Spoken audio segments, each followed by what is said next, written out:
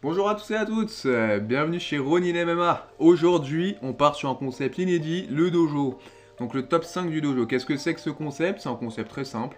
On va sélectionner 5 combattantes dans une catégorie bien précise et de définir notre top 5. Je suis avec Jules, comment ça va? Bah écoute, ça va Yann, content de lancer ce nouveau concept avec toi. Écoutez, effectivement nouveau concept, les loulous, et vous n'êtes pas au bout de votre surprise, pas mal de choses vont arriver.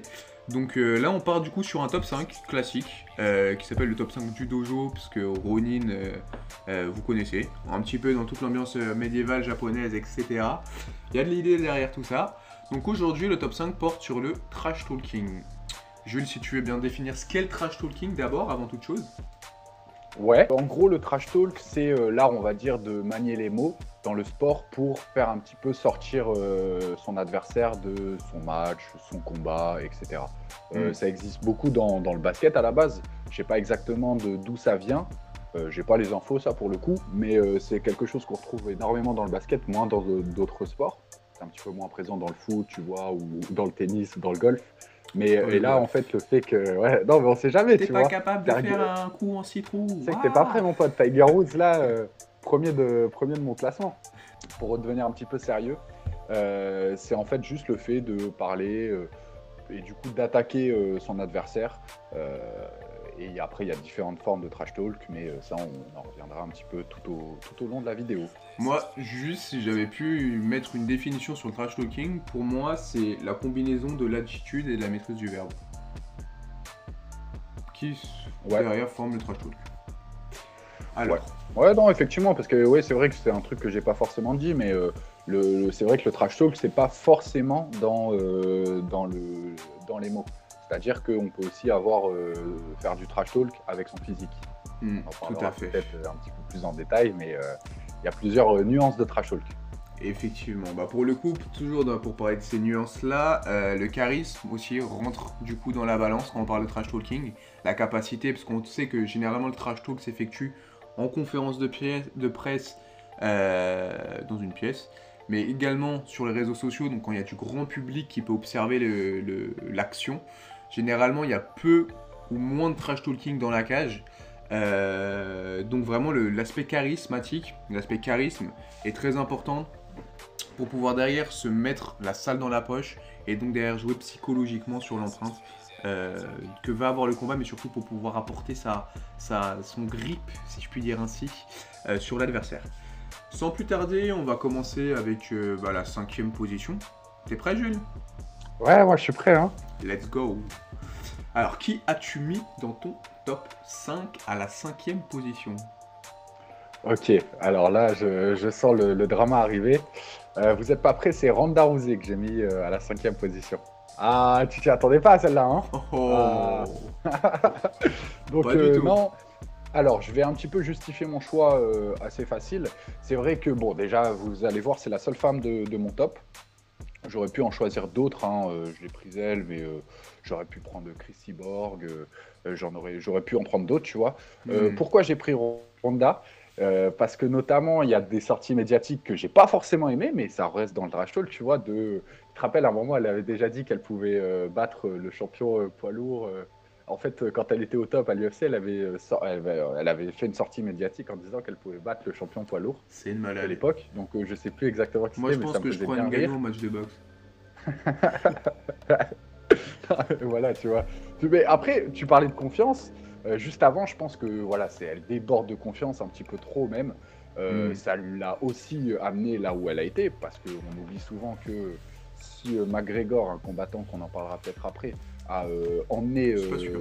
le MMA, à cette échelle-là, la personne qui l'a fait pour les femmes, on peut considérer que c'est Ronda Rousey. Complètement. Donc, je trouve qu'elle a eu beaucoup d'impact, et notamment par son franc-parler, par les punchlines qu'elle a pu envoyer à droite à gauche, que ce soit aux combattantes ou même à d'autres. Donc il y avait une certaine forme de confiance que j'aimais beaucoup chez elle. C'est à peu près la seule chose que j'aime bien chez elle, mais si je peux lui donner Oh, ça, tu vois. c'est une plutôt jolie fille aussi. Oui, oui, Pour une complètement, mais combattante, dans le personnage, tu vois. Oui, oui, en termes de tu remets combattante et tout, Cyborg bien à sûr. côté d'elle, il n'y a Mais pas photo. Hein. oui, oui, oui, grave. Mais j'ai un peu du mal, avec l'aspect extra sportif de Ronda Rousey, mais force est de constater qu'il faut quand même rendre à César ce qui appartient à César. Donc, je l'ai en 5e place de mon classement. Ok. Et toi, Bah, dis-nous tout. juste pour compléter vite fait sur Rosie, moi également, enfin pour le coup sur Trash Talking, c'est vrai que j'aime énormément, je trouve que ça passe beaucoup par l'attitude, plus que par le verbe. Les regards noirs qu'elle pouvait lancer face aux combattants, c'est en mode... t'as l'impression qu'elle a vraiment envie de t'arracher la tête. Incroyable. Après pour le coup, c'est vrai qu'elle, c'était plutôt de l'excès de confiance. Et Ouais, bien sûr. derrière, c'était même limite de l'arrogance. Et bah... Mais tu vois, on tu va parlais dire que dans la ça a joué. cage. Et effectivement, tu as raison. C'est-à-dire qu'il y a plein de moments où, tu sais, il y a eu ça. Elle a eu un. Alors, j'ai plus le nom de la combattante en question. Je sais plus si tu la retrouveras. Mais elle, plusieurs fois, enfin, elle a refusé de toucher les points. Plein Ouais, de fois, en fait. contre Et Léon, je trouve que ça. ça lui a joué un petit C'est tour. ça, exactement. Ça lui C'était a joué un petit justement tour, l'objet de mon mais propos. force est de constater qu'à la base, c'était du trash talk, quoi. On appelle ça une sanction de karatéka. Moi, pour le coup, dans mon top 5, mon 5e combattant, le 5e meilleur, entre guillemets, trash talker de tous les temps, c'est Nate Diaz. Ok, Hmm. ok. Bah, je te laisse nous en dire un peu plus. À mon tour de te bluffer. Pourquoi Nate Diaz? Nate Diaz, c'est pas quelqu'un que je Diaz en considère 5, putain. vraiment comme quelqu'un qui a un verbe forcément très développé. C'est quelqu'un qui va être beaucoup plus dans ce qui s'appelle une attitude qu'on qualifierait de d'évasive. Enfin, quelqu'un qui est vraiment très détaché de tout. Assez détaché, ouais. Ouais, chez les jeunes, on appelle ça le balèque-isme. Donc pour le coup, c'est vrai qu'il a ce côté vraiment, j'en ai rien à faire, je fais ma life, son petit joint à la bouche, etc., qui est juste hallucinant, moi ça me fait trop rire. C'est très très fort. Mais en dehors de ça, à part si on concentre sur le verbe, il n'y a pas de quoi casser trois pattes à un canard. Par contre, quand on rentre dans la fibre de l'attitude, le joint en bout de bouche, devant la scène, qu'il allume fièrement, motherfuck, c'est excellent. Ça, c'est excellent. Ça, c'est ce qui fait que quelqu'un marque ton esprit. Alors, t'aimes pas, mais pour faire une... Tout à l'heure, on était dans la comparaison avec le basket. Pour faire une comparaison avec ce que disait Charles Barkley, je suis pas là pour éduquer vos gosses. Là, avec Nate Diaz, c'est exactement ça. Le mec sent pas la race.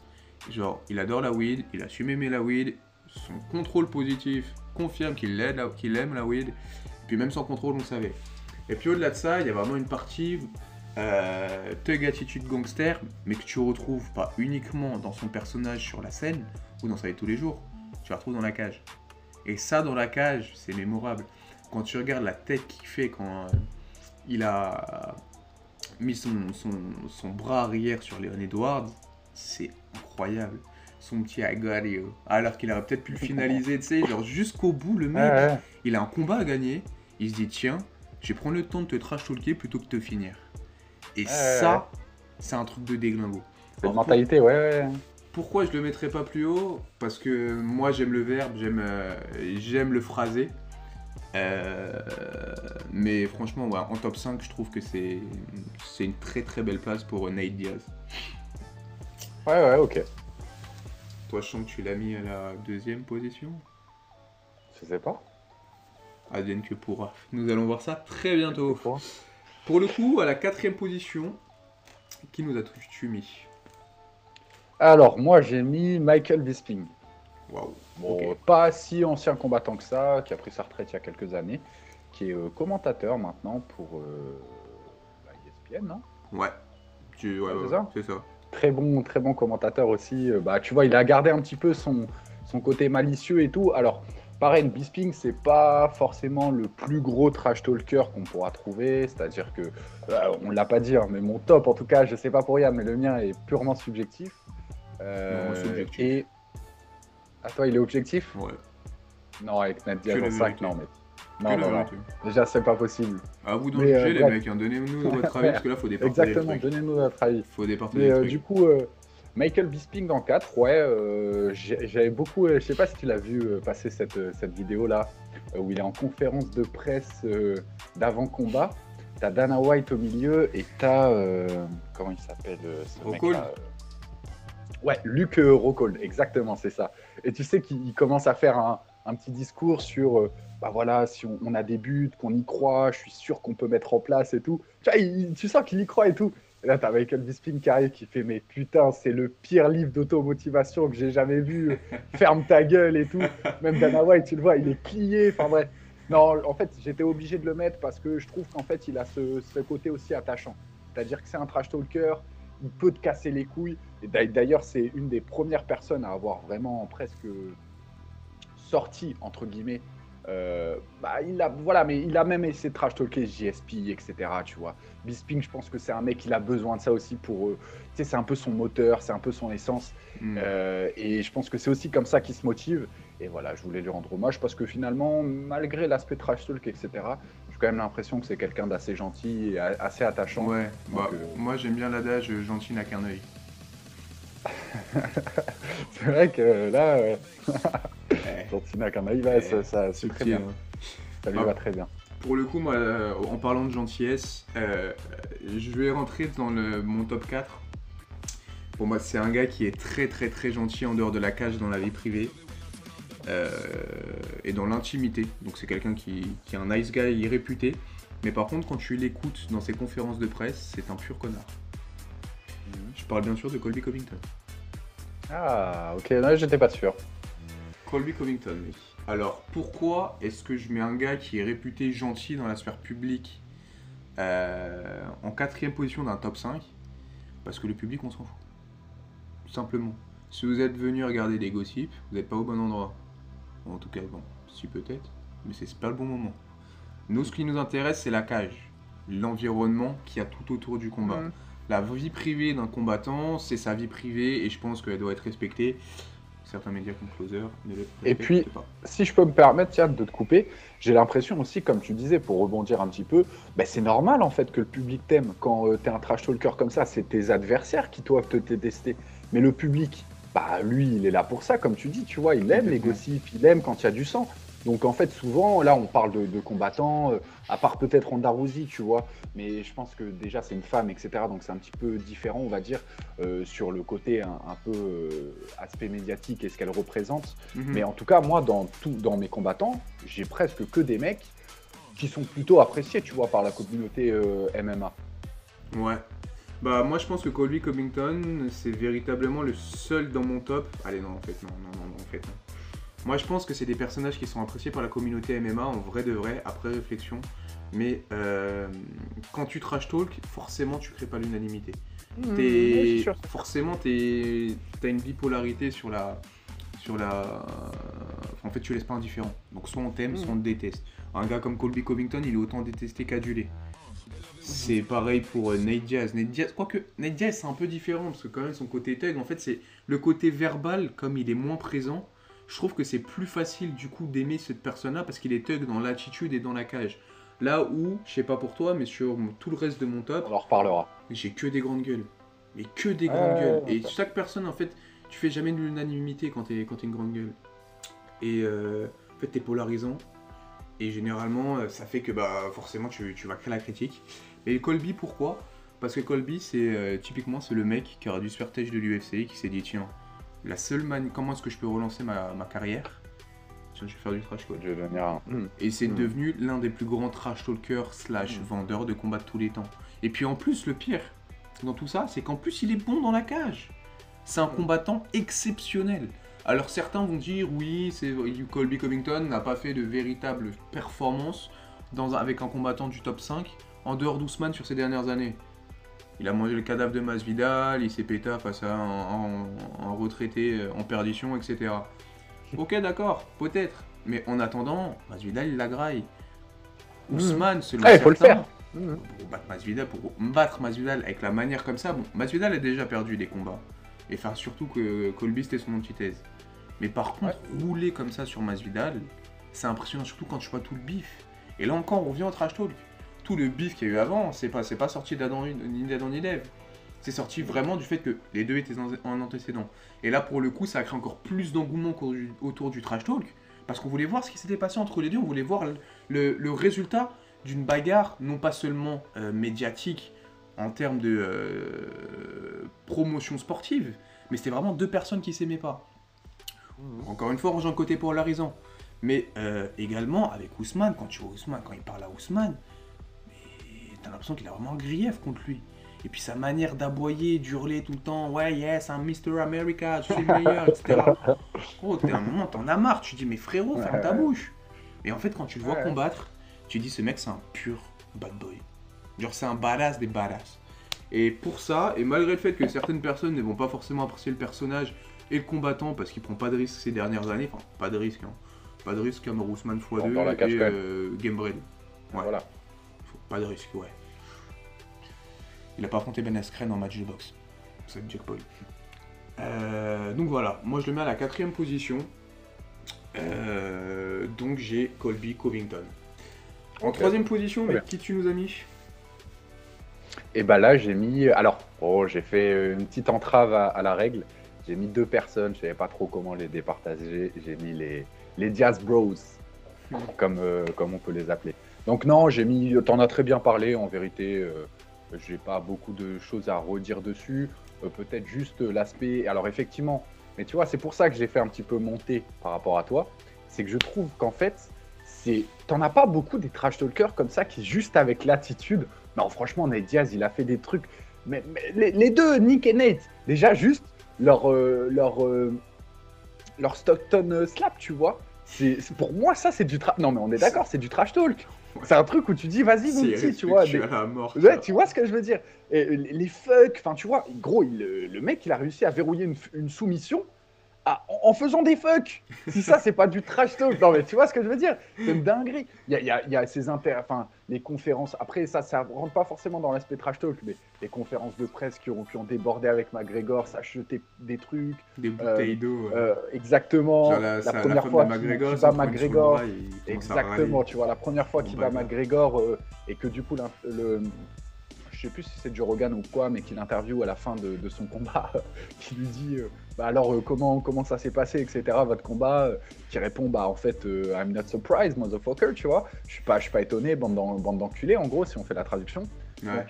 Donc non, c'est pour moi. Et puis voilà, après je mettrai un petit peu plus Nate parce qu'il y a l'aspect affectif, mais Nick, voilà, je pense que il a pas sa langue dans sa poche. Je pense qu'il a aussi la punchline assez facile. Donc, et puis voilà, même les claques, tu sais, Nate, il les a récupérées de son grand frère. Donc voilà, pour moi, c'est les deux, je les mets ensemble. Et 5, ça me paraît un peu bas, mais pourquoi pas, écoute. Ouais, moi j'avoue que effectivement, quand j'ai commencé à regarder Colby, j'ai regardé Diaz, je me suis dit ok, t'as deux gros œils. En fonction des critères, moi c'est vrai que le verbe, ça me plie en Non, fait. mais bien sûr, Quelqu'un en je comprends. conférence de presse avec du verbe, du verset, qui arrive à parler, qui laisse pas forcément l'autre prendre la parole, même si je trouve ça irrespectueux au possible, c'est une forme de trash talk et des fois on va pas se mentir, il est marrant et en fait il est tellement caricatural que moi il me fait rire ce mec. Oui, que c'est bien Sherman, drôle, c'est une ouais, bien sorte sûr. de Trumpiste avec sa casquette Make America Ouais, Great ouais. Again. Ouais, T'arrives, non, tu te mais dis on mais fout. gros tu sors des Simpsons, c'est pas possible. Et Ouais, c'est ça. moi ça me fait trop rire. Après c'est vrai qu'en termes d'attitude, bon, c'est un badass. Ouais, Mais bien sûr, bien sûr. en attitude, c'est pas que tu défies pas les frères Diaz. Ah ouais, c'est compliqué. En parlant d'attitude, là on va rentrer dans le top. Toi c'est Vas-y, ça 3, c'est ça, m'intéresse. c'était mon top 3. Ouais, ton Moi top je vais 3. mettre. Bon les gars, on est génération, le Tu veux MMA faire ça a comme ça, explosé ouais. depuis pas très longtemps. Pas très longtemps. On va dire, ça fait 10-15 ans que ça a explosé. Le trash talking avant J'ai peur, les gars. c'était. Tu vas voir, en vrai, franchement, c'est pas une dinguerie que je vais dire. Hein. Mais on va recontextualiser pour les gens qui regardent, tu vois. Avant, le MMA, c'était quelque chose qui était beaucoup plus sous-médiatisé. Ça a explosé vraiment avec l'avènement d'un certain rouquin irlandais.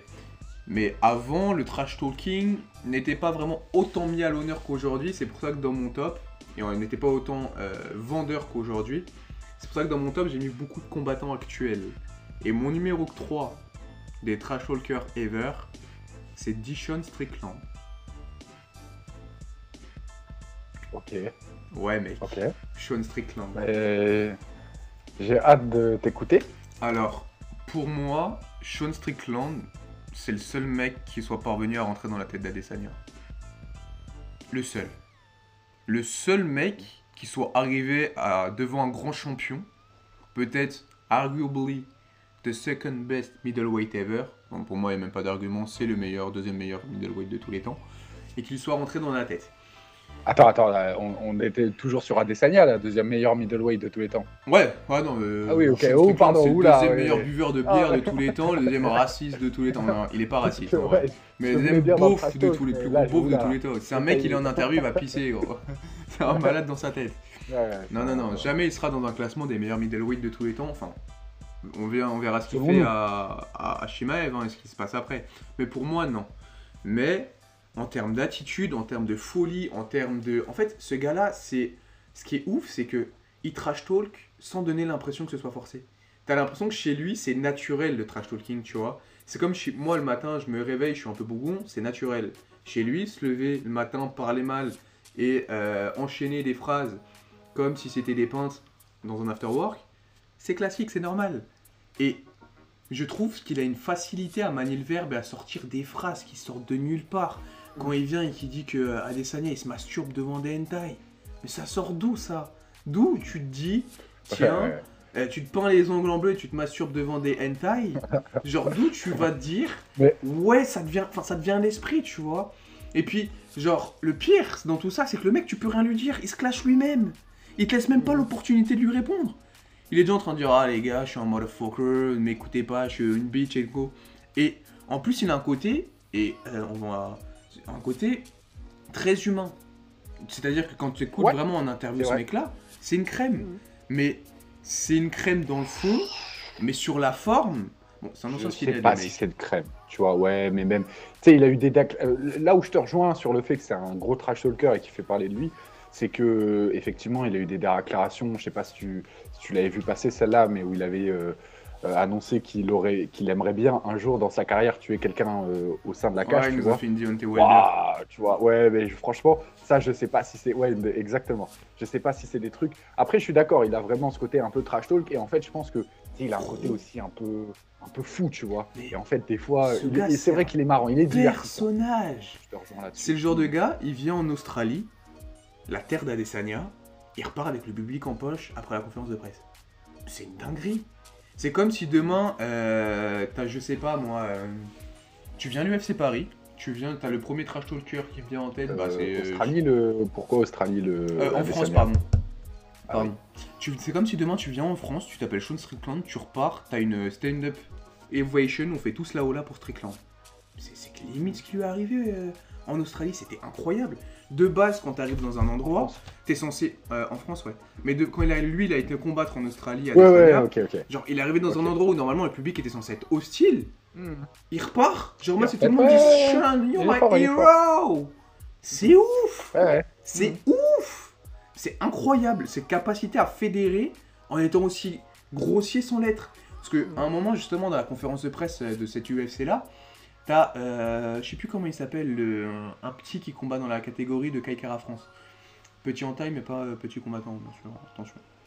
Et genre en mode, il commence à insulter Kai Kara France, t'as Adesanya qui se lève, t'as Tsubasa qui se lève pour séparer un peu les deux, et puis t'as Sean Strickland, il lâche « I'm the only motherfucker here, don't be a bitch ». Un truc comme ça, genre. Mais tu vois la dérision du truc. Il arrive à détendre l'atmosphère en retournant l'attention sur lui, tu vois, ça a provoqué l'hilarité dans la Ouais, conférence non, de presse. ils sont forts, ils sont forts. Et Adesanya, en vrai, c'est pas le dernier à être bon en trash talking, tu vois, il est plutôt bon, il a de la présence, grave. de Lucas. Il aime bien faire des trucs comme ça avec son bras, je comprends pas ce qu'il Je fait. sais répondre, ouais. Un peu sextoy, mais bref. Mais en trash talking, Adesanya n'a rien pu faire. Le seul truc qu'il a fait, c'est il a mis une story. C'est un gars qui a fait répondre à Adesanya en story. Alors Adesanya, il a mis, il a dit, le truc c'était ne réagis pas, réponds. Chacal, t'as répondu, tu t'es pris un knockdown premier round. Et après, tu t'es fait marcher dessus pendant 4 rounds. Donc, voilà. Et puis en plus, toutes ces conférences de presse, quand il se lève, il parle à Alex Pereira.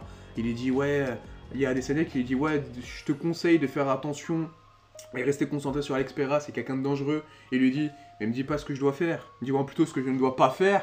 C'est trop fort, tu vois. Ouais, non, mais Genre, il est fort, il est fort. C'est trop fort et t'as le public derrière qui rigole. Et le mec, tu vois, genre, il fait pas l'unanimité. On trouve tous que dans le fond, il a des propos choquants. Que ce soit sur les femmes, que ce soit sur la religion, que ce soit, je sais pas, sur la politique. Mais en fait, quand on le voit sur scène, il nous fait tous rire. Et en plus, il fout le seum à ses adversaires et t'as personne qui veut lui répondre. Et malgré le fait que, tu vois, des fois, tu te caches derrière le silence, mais tu peux pas, parce qu'il vient te chercher. Genre Adesanya au début il répondait pas dans la conférence de presse.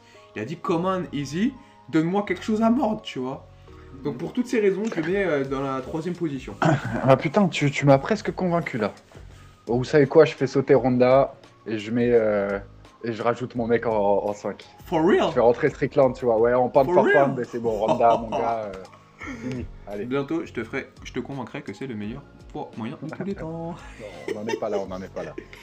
Je te laisse enchaîner sur ton numéro 2. Je viens de sortir mon numéro chaud. 3, donc sors le tien. Ok, let's go. Alors, mon numéro 2. De toute façon, je pense qu'on va se répondre, toi et moi. Moi, mon numéro 2, c'est McGregor.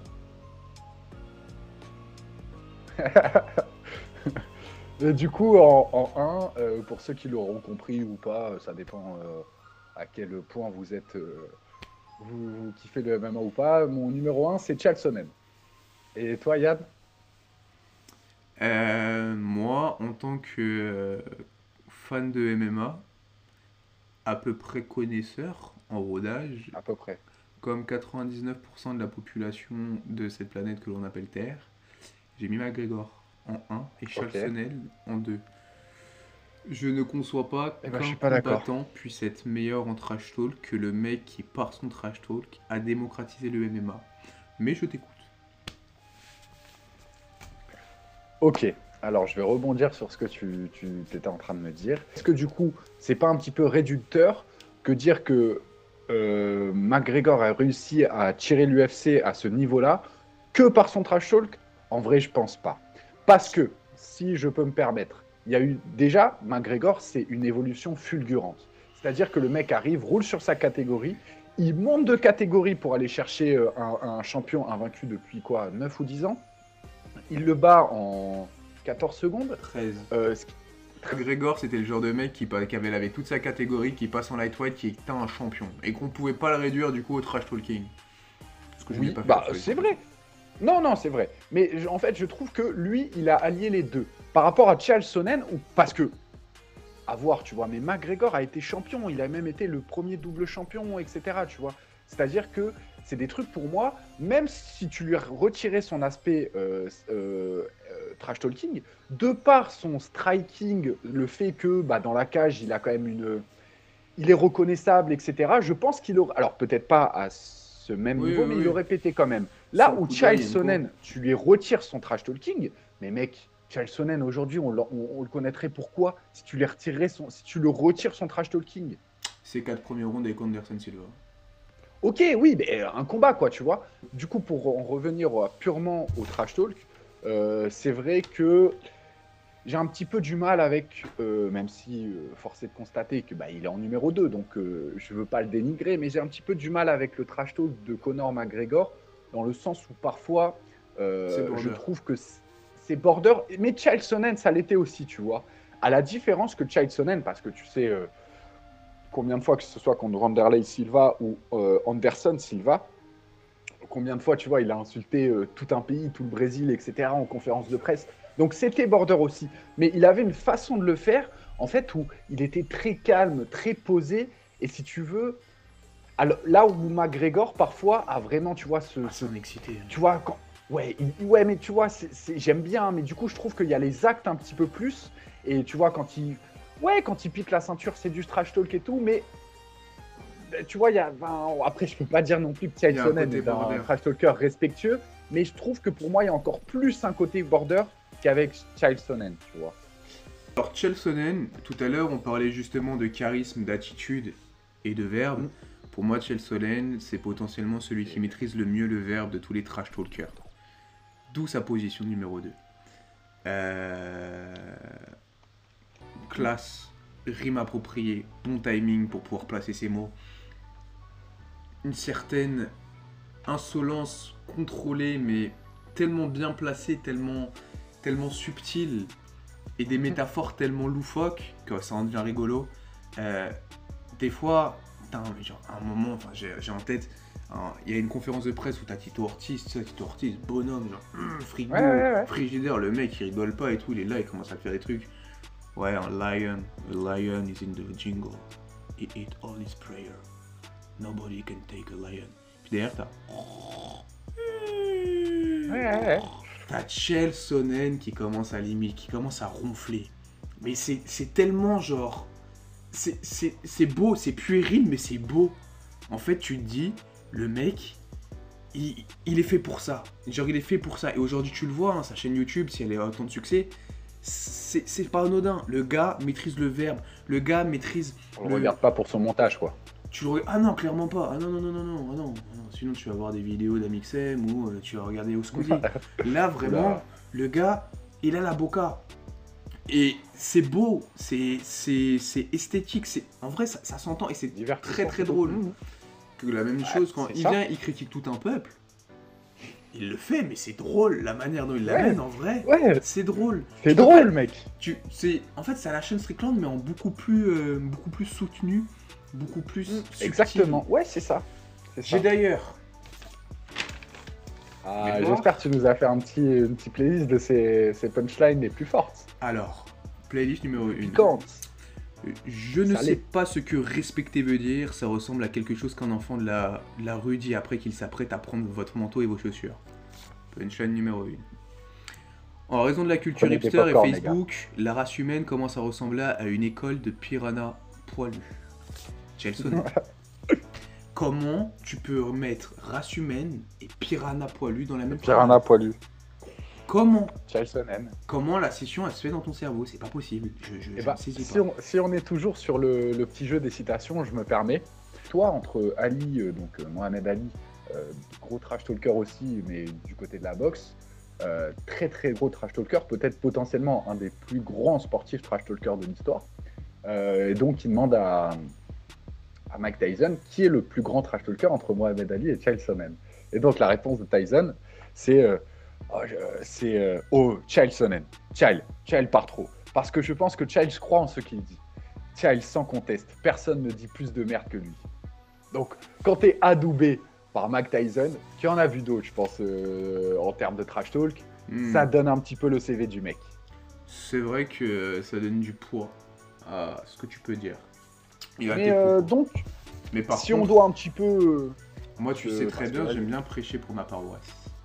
Ouais, McGregor, en fait, depuis tout à l'heure, on dit qu'effectivement, c'est quelqu'un qui a un certain bagage technique, et c'est vrai. C'est potentiellement l'un, si ce n'est le meilleur striker de l'histoire des featherweight à son prime. Quand on parle de prime, les gars. Si jamais on dit McGregor maintenant, c'est... Ou même McGregor, les 3-4 dernières années, c'est absolument plus le McGregor. C'est McGregor. Ou McGregor. Depuis sa défaite contre... il en a eu... faut voir. Pour moi, Khabib, c'est le début de la fin. En vrai de vrai. Mayweather, ça, je pense que ça a cassé un peu, ça a terni son aura. Et encore, Mayweather, il tient 10 rounds avec le plus grand boxeur du monde de l'époque. Alors, chaud ou véritable combat, c'est un éternel débat, mais néanmoins, tant qu'on n'a pas la réponse à cette question, il tient 10 rounds avec le GOAT. Et en vrai, tu sais que j'ai re-regardé il n'y a pas longtemps le combat, c'est marrant que t'en parles, parce que comme en ce moment on est un petit peu dans le truc de Fury et Ngannou, tu sais qu'il prend les 4 premiers rounds. Hein. Ouais. McGregor prend les 4 premiers rounds de boxe contre le boxeur le plus talentueux de la génération. Donc, obligé de, même si voilà, c'est peut-être un combat un peu chaud, etc., obligé de lui donner un petit peu de crédit. Et pour moi, c'est là que McGregor est fort, parce que là on parle que de trash talking, mais si on lit les deux, en fait, le trash talking de McGregor sert aussi à camoufler ses compétences techniques. C'est-à-dire qu'en fait, en rentrant dans la tête de quelqu'un, t'en viens juste à te dire, mais c'est là que tu parles trop. Non, ça compense. En fait, t'es tellement obnubilé par l'envie de lui faire fermer sa bouche que t'en oublies qu'en face, t'as potentiellement l'un des meilleurs coups d'œil en fait. De tous les temps. Ouais. McGregor, sur un coup, sur les retraits, sur l'analyse technique, sur la folie. McGregor, avant tout, c'est un décérébré. J'ai regardé des citations de lui encore. Lui, tu lui parles pas de politique, tu lui parles pas d'environnement, tu lui parles pas de football, tu lui parles pas de féminisme. Il sait pas ce que c'est. Il m'a dit, après, depuis qu'il prend de la coke, du whisky et qu'il est sur un yacht, peut-être. Mais à l'époque, ce qu'il disait, c'est moi, je fais du MMA, je connais que le MMA. Et pour le coup, son trash talking menait les gens à tellement devenir fous qu'ils en arrivaient à limite pas respecter le combattant qui est McGregor. Parce qu'ils voyaient juste le asshole. Je vous ferai la traduction. Et ça, je trouve ça magnifique. Et quand tu vois son trash talking, c'est pas forcément une maîtrise du verbe comme peut l'avoir Sonel, mais c'est de l'impertinence, de la confiance, de l'aura, de l'attitude poussée à l'extrême. Mais poussée à l'extrême. En termes d'attitude, McGregor rentre dans une pièce, t'as quelque chose. Tu t'attends à quelque chose. Tu sais qu'il va y avoir quelque chose et tu sais que potentiellement, t'as l'histoire qui est là. Mais vraiment l'histoire avec un grand H. Et tu regardes, non, j'entends. Tu regardes même des conférences de presse, McGregor, il arrive en retard. Donc, normalement, un combattant qui arrive en retard à une conférence de presse, tu continues la conférence de presse. Première question. Là, les gens l'attendent. Où est McGregor? Non, mais oui, c'est un truc de ouf. Mais là, pour moi, on sort de l'aspect trash talk, mon gars. Parce que tu vois ce que je veux dire dans ce côté, en fait, ça, ok, mais pour moi, c'est son aura qui impose ça. Et son aura, alors certes, elle est créée en bonne partie grâce à son trash talk, mais aussi grâce à ses compétences. C'est-à-dire que ce mec-là, s'il avait le même trash talk, mais que tu vois, par exemple, si McGregor, tu lui mets la carrière de Strickland, mais avec le même trash talk, peut-être qu'on n'en parle pas du meilleur trash talker de tous les temps. C'est parce que pour moi, c'est le meilleur combattant de tous les temps à avoir en plus. C'est ça. Et ben voilà, je cherchais, c'est ça. Tu vois? Alors, c'est pour ça que moi, je fais la nuance, c'est-à-dire que Chael Sonnen, pour moi, il n'a jamais été champion, mec, tu vois? Et pourtant, les gens aujourd'hui, 10 ans après, tu vois, voire même 20 ans après ses premiers combats, le connaissent encore juste par son trash talk. Je pense que ça se trouve, tu vois, dans 20-30 ans, les gens se souviendront plus du Conor trash talker, mais juste du Conor premier double champion de l'histoire UFC. Tu vois ce que je veux dire? Pour moi, il y aura les deux. Mais là où Chael Sonnen, il n'y aura que le trash talk. C'est pour ça que pour moi, je le fais monter au-dessus de Conor. J'entends et franchement, c'est un argument que je trouve tout à fait respectable. Mais c'est gentil. Pour te répondre, validé par la street. Pour te répondre, je vais sortir un argument très McGregor. Who the fuck is that guy? Man, who the fuck is that guy? Qui m'a donné un micro là? Putain. Bro, retirez-moi, coupez-moi le son. On parle de McGregor. Le gars, il vient dans un endroit, dans une place, c'est le roi. T'as Dana White à côté, le boss de l'UFC. Il lui serre la main en mode, tiens, vas-y, c'est toi le patron. Oui, voilà, c'est McGregor. Le mec, il était plombier. Plombier, le gars, il était. Plombier. Il passe de plombier à superstar UFC. Et c'est pas que la rime qui est classe là-dedans, c'est aussi le parcours. 4-5 ans, hein. Non, ouais, c'est ça. Il est un José Aldo. Et il lui pète dessus au passage. Trash talking. Trash talking. Mais c'est comme ça qu'il l'a tué, je suis d'accord. C'est de l'impertinence. Il l'a tué qu'avec le trash talk. Hein. Genre, bring me my coffee, Nate. Nate, bring me my coffee. Non, mais celle-là, cette interview-là, je sais pas, pour ceux qui ne l'ont pas vu, allez voir, je sais plus c'est une chaîne de business. Mais en gros, t'as McGregor et Nate Diaz qui sont en visio. Et franchement, elle est hilarante cette interview. Mais c'est trop fort. Ouais, elle est hilarante, franchement. Ouais, non, mais je suis d'accord. Après, il arrive en deux, hein. Il prend ses deux bourses pleines. Il les pose sur la table. Journaliste ou pas, il s'en fout. Et il fait sa life. Oh, Mayweather, il est face à Mayweather. Mayweather est assis. Et après, il fait comme si c'était son petit peu. Et en conférence de presse, il y a une assemblée. Donc t'as genre en mode peut-être 105. T'as peut-être 10 000 personnes qui sont là. Il arrive, toute la salle, toutes les 10 000 personnes chantent Fuck Mayweather. Fuck de Mayweather. Ouais, non, mais c'est là, incroyable. Non, bien sûr. Et le mec, genre, c'est de l'impertinence pure. Et c'est pas aussi verbalement euphonique ou beau. C'est juste dans l'attitude. Ouais, c'est juste, effectivement. Dans le top 10 des pay-per-view, quand tu regardes les ventes, quand tu regardes ce qui est devenu l'UFC, ce qui a fait entendre parler de l'UFC, ce qui a fait grandir l'UFC, des quoi? Des pay-per-view, enfin, peut-être même un petit peu plus, des pay-per-view dans le top 10 où il est sur la carte. Il a 8 8 des 10, mec. Il y a quoi? Il y a t'as que Jorge. Non. Dans des ventes de pay-per-view, t'as que Jorge Masvidal qui s'inscrit dedans. Et après, t'as Kamaru Usman, Colby Covington 2. Mais bref, on est d'accord que le premier, c'est toujours Ramzat McGregor, ça a pas été dépassé. C'est Khabib McGregor. Khabib, pardon. Ouais. Wow, trop de noms en ce moment, les gars. Ils ont la même barbe. Khabib McGregor, ouais, c'est ça. Mec, et puis après, non. Mystic Mac. Non, mais après, le Mystic public Mac. sera d'accord avec toi, parce que la preuve, c'est qu'il vend, tu vois. Donc, c'est que les gens sont plutôt d'accord avec toi. Il Après, t'annonce voilà. qu'il va te mettre KO premier round. Il te met KO premier Oui, round. après, il a aussi annoncé qu'il allait mettre Khabib KO, tu vois. Ouais, c'est vrai, mais c'était plus Prime Connor. À ce moment-là, c'était Money Connor. C'était Money Ouais. Connor. À partir Bon, du moment où il il est sort rentré quand dans le même, Money ok. Connor, c'était plus Connor. Connor, Oui. c'est un mec, il est plombier. Il passe sa vie à regarder des gorilles spéta sur les chaînes de RMC Découverte, où ça doit s'appeler Naturalia chez eux, je sais plus comment ça se call. Et il appelle son manager à 4h du mat, il lui dit tiens, est-ce que tu penses que si je tape un King Kong, il peut tomber? Ça, c'est Connor. Connor, c'est ça, c'est ce gros malade mental. Et après, effectivement, cette impertinence, elle a complètement ses dérives. Genre, quand tu penses au KO qui se prend face à Dustin Poirier, et qu'après il se dit ok, j'ai pris un KO, j'ai la jambe en compote, mais tiens, si j'allais parler de la meuf de Dustin Poirier à la fin pour te montrer de la classe, c'est n'importe quoi. Mais c'est Connor. Ouais, non, mais j'entends. Donc pour ça, en fait, juste pour l'attitude, en fait, je te rejoins sur le fait que, en termes de trash talking subtil, je pense que c'est difficile de faire mieux que Chael Sonnen, mais en termes de d'aura, Juste te rend fou. Et, Ouais. juste aura, capacité à rentrer dans la tête de quelqu'un, capacité à faire perdre les moyens de quelqu'un, parce que, en vrai, McGregor, je pense, le gars, il arrive, il me fait chips, je me dis, waouh, c'est la plus belle chips de ma vie, tu vois. Et tu te dis, c'est le plus beau mot que tu as entendu de ta life. Parce que McGregor, en tout cas à l'époque, maintenant je me dis, ok, qu'est-ce qu'il veut, c'est alcoolique, mais, je l'aime.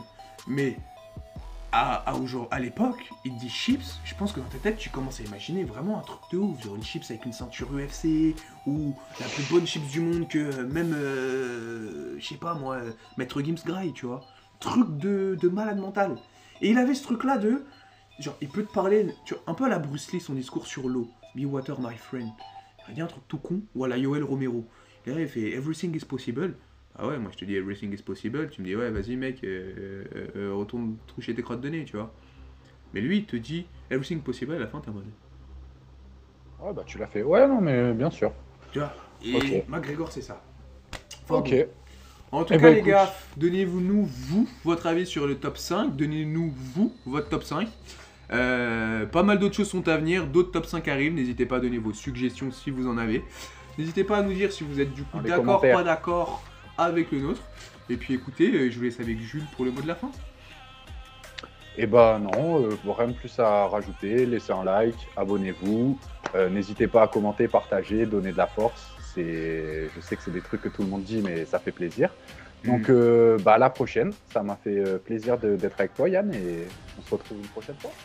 Ciao. Salut la team.